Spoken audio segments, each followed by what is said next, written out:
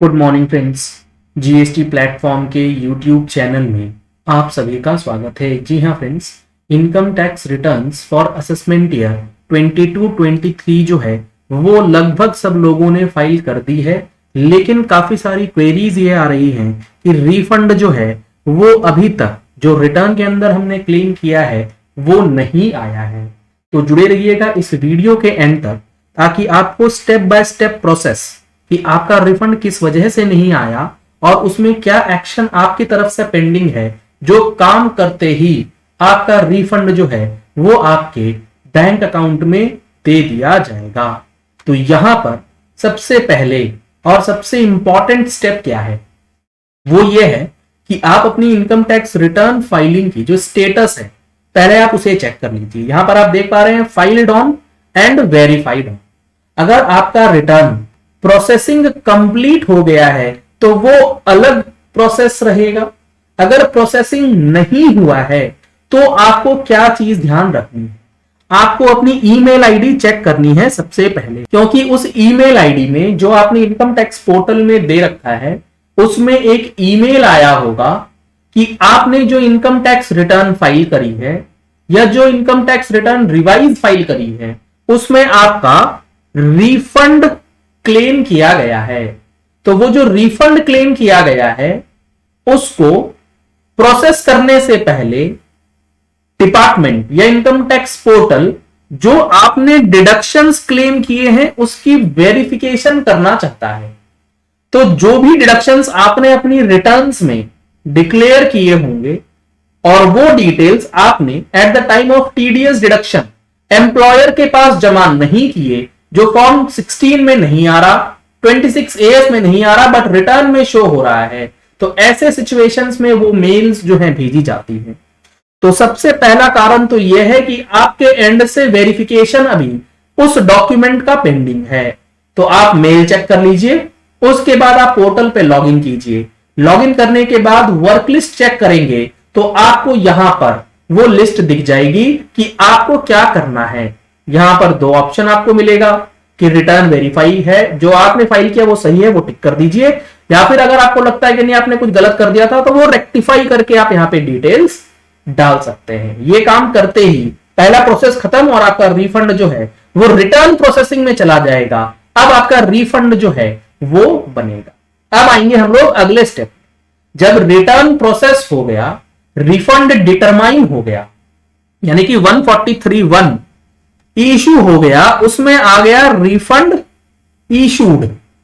अब क्या होगा, तो उस पॉइंट को डिस्कस करने से पहले एक इंपॉर्टेंट इंफॉर्मेशन ये है आप लोगों के लिए कि 21 अगस्त 2022 को दिन में 11 बजे से 2 बजे तक ऑनलाइन ट्रेनिंग सेशन, जी हाँ फ्रेंड्स, फाइनेंशियल ईयर 21-22 के लिए जीएसटीआर 99C जो चेंजेस के साथ आया है उसमें क्या क्या चेंजेस हैं, आपको डेटा किस तरीके से तैयार करना है और जो 3B में प्रपोज्ड चेंजेस हैं वो इन दोनों के ऊपर ऑनलाइन ट्रेनिंग सेशन ऑर्गेनाइज किया गया है। अगर आप लोगों ने अभी तक रजिस्टर नहीं किया है तो कुछ सीट्स रह गई हैं, आप रजिस्टर कर सकते हैं दिए गए नंबर्स पे कॉल करके, व्हाट्सएप करके। और मैगजीन की रिक्वायरमेंट है तो टैक्सेशन अपडेट्स के लिए आप सेम नंबर पे कांटेक्ट कर सकते। अब हम लोग आते हैं कि आपका रिफंड प्रोसेस तो हो गया लेकिन रिफंड बैंक में नहीं क्रेडिट हुआ, तो इसके पीछे आपको सबसे पहले यह चेक करना है कि आपका जो इनकम टैक्स पोर्टल पे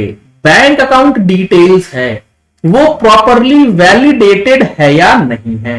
क्योंकि अगर रिटर्न्स के साथ जो डिटेल्स आपने दी है वो ऐसे अकाउंट के साथ फाइल्ड है जिसमें वैलिडेशन का इशू आता है, तो ऐसे सिचुएशन में आपका रिफंड जो है वो इशू नहीं हो पाएगा, बैंक में नहीं आएगा। तो आप यहां पर चेक कर लीजिए कि आपका जो एक्टिव बैंक अकाउंट है वो वैलिडेटेड है या नहीं। और जिस अकाउंट में आप मंगाना चाहते हैं अपना रिफंड, उस अकाउंट को यहां पे आप लोगों को करना होगा क्या, नॉमिनेट फॉर रिफंड। जैसे मैंने किया नॉमिनेट फॉर रिफंड, तो यहां पर आपके सामने वो दिख जाएगा कि इस अकाउंट को हमने एक्टिव कर दिया है, इसमें रिफंड भेज दीजिए। अगर यहां वैलिडेशन नहीं होता, यानी कि कुछ ना कुछ आपके अकाउंट में इशू है। तो आप अपने बैंक में जाएं, अपना पैन कार्ड आधार कार्ड ले जाएं। ज्यादा बेटर होगा आप पैन का प्रोफाइल इनकम टैक्स पोर्टल से डाउनलोड कर दें और एग्जैक्ट वही चीज अपने पोर्टल के पास ले जा करके बैंक में अपडेट करें और मोबाइल नंबर ऐड कर लें। इससे आपका बैंक वैलिडेशन हो जाएगा। एक बार बैंक वैलिडेशन हुआ, आपका रिफंड जो है वो अकाउंट के अंदर क्रेडिट हो जाएगा। अगर ये सारी चीजें ओके हैं, उसके बाद भी आपका रिफंड नहीं आ रहा, रिफंड इशू हो गया है और सारी चीजें ओके हैं, तो अब आपको करना है ग्रीवेंस को अप्लाई।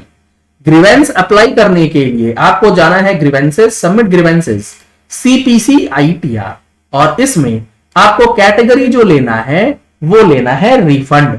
और यहां पर सब कैटेगरी दे रखी है इन्होंने कि इंटीमेशन आ गया बट रिफंड रिसीव नहीं हुआ। अगर आपका लीगल हेयर का वेरिफिकेशन जो है वो कंप्लीट है लेकिन रिफंड नहीं आ रहा। अगर इसके अलावा कोई और ऑप्शन है जो इस लिस्ट में नहीं है तो वो भी आप यहां पर सिलेक्ट कर सकते हैं। Payment of refund order to the legal heir of deceased, यानी कि यहां पर जो पेमेंट हुआ है वो लीगल हेयर को हो गया है डिसीज के केस में। रिफंड डिटरमाइंड और पेड लेस देन एक्सपेक्टेड, यानी कि जो आपने क्लेम किया उससे कम का रिफंड मिला है। रिफंड फेल, यानी कि ECS mode, account could not gate credited, यानी कि अकाउंट वैलिडेशन वगैरह सारी चीजें ओके हैं। अगर अब वो सारी चीजें आप ओके नहीं करेंगे तो आप इस हेड को सिलेक्ट करके जैसे ही ग्रीवेंस करेंगे उसका रिप्लाई आ जाएगा कि पहले आप अपना बैंक वैलिडेशन कीजिए। इसीलिए मैंने बोला कि पहले बैंक वैलिडेशन करवा लीजिए, सारी चीजें वहां मैच करवा लीजिए, उसके बाद ग्रीवेंस वाला ऑप्शन सबसे लास्ट में। रिफंड डिटरमाइन हो गया है बट अभी तक रिसीव नहीं हुआ है, तो उस सिचुएशन में भी आप यहां पर ग्रीवेंस जो है वो लॉन्च कर सकते हैं। रिफंड री इशू आपने कर दिया है बट रिफंड अभी तक आपका नहीं मिला है। कई केसेस में ऐसा भी होता है कि रिफंड जो है वो फेल हो गया, जिसकी वजह से आपने रिफंड जो है वो री इशू किया। Tin NSDL status refund status misleading. Tin NSDL में जो रिफंड स्टेटस है वो कुछ और ही दिखा रहा है और इनकम टैक्स पोर्टल कुछ और दिखा रहा है, तो अकॉर्डिंगली आप यहां पर ग्रीवेंसेस जो है वो लॉन्च कर सकते हैं। तो ये कुछ स्टेप्स हैं जो आपको फॉलो करने होंगे अगर आपका income tax return assessment year 22-23 के लिए रिफंड जो है वो नहीं दे पा रहे। चलिए इस वीडियो को यही एंड करते हैं। आशा करते हैं कि आपको ये पॉइंट क्लियर हो गया होगा कि असेसमेंट ईयर 22-23 के लिए अगर रिफंड नहीं आया है तो उसका कारण क्या हो सकता है। अगर आपने हमारे चैनल पे फर्स्ट टाइम ट्यूनिंग किया है तो चैनल को सब्सक्राइब करने के लिए नीचे दिया गया रेड कलर का सब्सक्राइब बटन प्रेस कर लीजिए, साथ में जो बेल आइकन है उसे प्रेस कर लीजिएगा ताकि वीडियोस की नोटिफिकेशंस आप तक रेगुलरली पहुंचती रहें। Thank you and have a nice day.